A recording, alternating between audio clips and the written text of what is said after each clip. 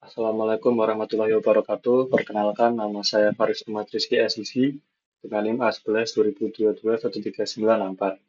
Di sini saya ingin mempresentasikan hasil tugas saya pada mata kuliah bimbingan karir. Oke, di sini ada tugas yang bertema kesehatan, yaitu tentang penyakit gagal jantung. Di sini tujuan utama dari analisis dataset ini adalah mengidentifikasi variabel kunci yang mempengaruhi resiko pasien gagal jantung atau resiko kematian. Yang kedua, membangun model prediktif yang dapat membantu memprediksi kelangsungan hidup pasien gagal jantung. Oke, di sini adalah langkah-langkah yang saya lakukan. Yang pertama, saya meload library yang dibutuhkan. Ada beberapa library seperti ini, seperti untuk script dataset. Yang ini adalah model yang digunakan, ada logistic regression, decision tree, dan random forest. Lalu ada scalar metric yang berisi matriks evaluasi untuk melihat hasil dari training yang sudah dilakukan nanti. Lalu ada oversampling smoothie untuk menangani imbalance seperti itu. Oke, di sini yang pertama, yang kedua, saya melakukan load dataset. Saya melakukan load dataset melalui Google Drive. Jadi dataset saya upload dulu di Google Drive, lalu saya load di sini dengan saya melakukan mount Google Drive. Kemudian saya mendefinisikan path dataset saya sesuai path yang ada di Google Drive. Lalu saya mendefinisikan kolomnya, kolom-kolom yang ada di dataset seperti itu. Ada beberapa fitur seperti ini. Nah, lalu kemudian di sini saya mencoba untuk melihat informasi dataset. Di sini saya melihat informasi dataset menggunakan dfinfo. Lalu di sini kita bisa melihat tipe data beberapa kolom seperti misal age itu tipe datanya float, namanya itu integer seperti itu. Lalu saya mencoba untuk melihat deskripsi statistik dataset tersebut di setiap kolom menggunakan dfdescribe. Lalu di sini saya melakukan visualisasi menggunakan conplot terhadap fitur target yaitu dead event. Seperti ini. Ini untuk yang fitur nominal atau kategorikal. Lalu untuk yang fitur numerik, saya mencoba plotting pada fitur age atau umur, distribusi umur pasiennya.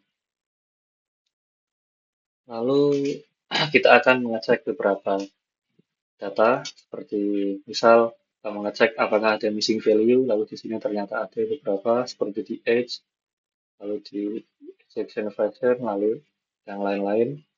Kemudian data duplikat, saya mengecek data duplikat ternyata tidak ada, lalu melihat data yang tidak konsisten seperti ini,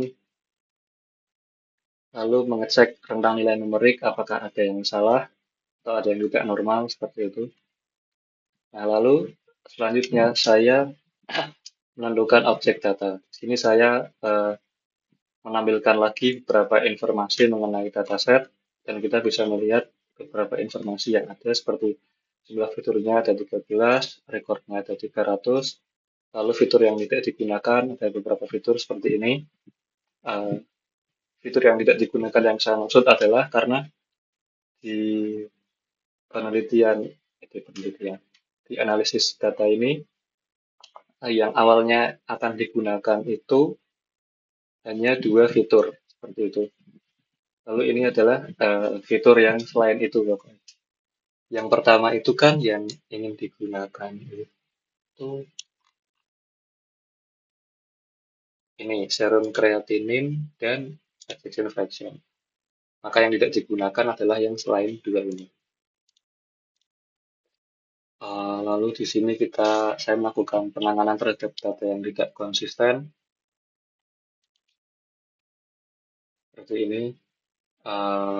Cek nilai unik untuk setiap fitur yang biner, lalu saya standarkan menjadi 0 dan 1. Nah, lalu untuk yang numerikal, saya mengecek apakah ada nilai negatif, lalu akan saya menghapus data dengan nilai negatif jika ada. Lalu saya cek duplikasi data, lalu saya hapus jika ada data yang terduplikasi. Lalu di sini saya menghapus fitur yang tidak saya gunakan, yaitu time. Seperti itu. Lalu ini adalah fitur yang tersedia setelah saya menghapus atau saya memperbaiki beberapa fitur di atas tadi. Di sini sudah tidak ada fitur time.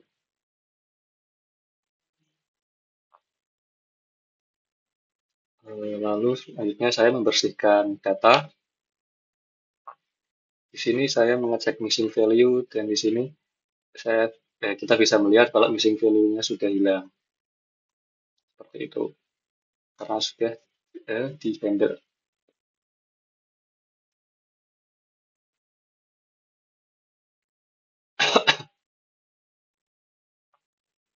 Nah, lalu untuk jumlah data duplikat juga sudah tidak ada. Lalu di sini kita melakukan validasi dataset dan kita bisa lihat ini sudah ya seperti tadi ya sama. Lalu eh, kita melakukan konstruksi data. Yang pertama saya melakukan cek eh, distribusi kelas target yaitu kelas date event sebelum sampling. Jadi di sini terlihat datanya tidak balance ya antara 0 dan 1. 0 itu data ketika pasiennya belum meninggal ketika ditangani, satu ini ketika sudah meninggal, seperti itu. Nah, lalu kita melakukan oversampling menggunakan Smoothie untuk untuk melakukan balancing dataset. Lalu seperti ini datasetnya setelah dilakukan balancing. Lalu di sini kita mengecek outlier. Di sini terlihat ada outlier di yang platelets, di fitur platelets. Lalu kita uh, melihat korelasi antar fitur menggunakan heatmap. Oke, seperti ini. Untuk yang merah ini yang korelasinya paling kuat, seperti itu.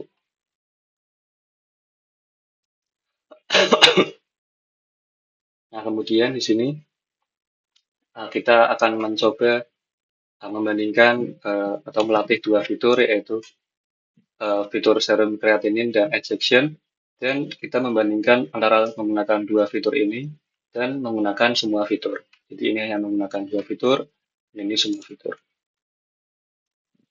Lalu di sini kita menentukan label datanya. Seperti ini kita memisahkan fitur dan target dataset yang dua fitur. Ini yang all fitur atau semua fitur. Lalu kita melakukan normalisasi untuk dua uh, dua percobaan tadi, yaitu yang menggunakan dua fitur dan all fitur. Lalu kita melakukan splitting dataset. Ini.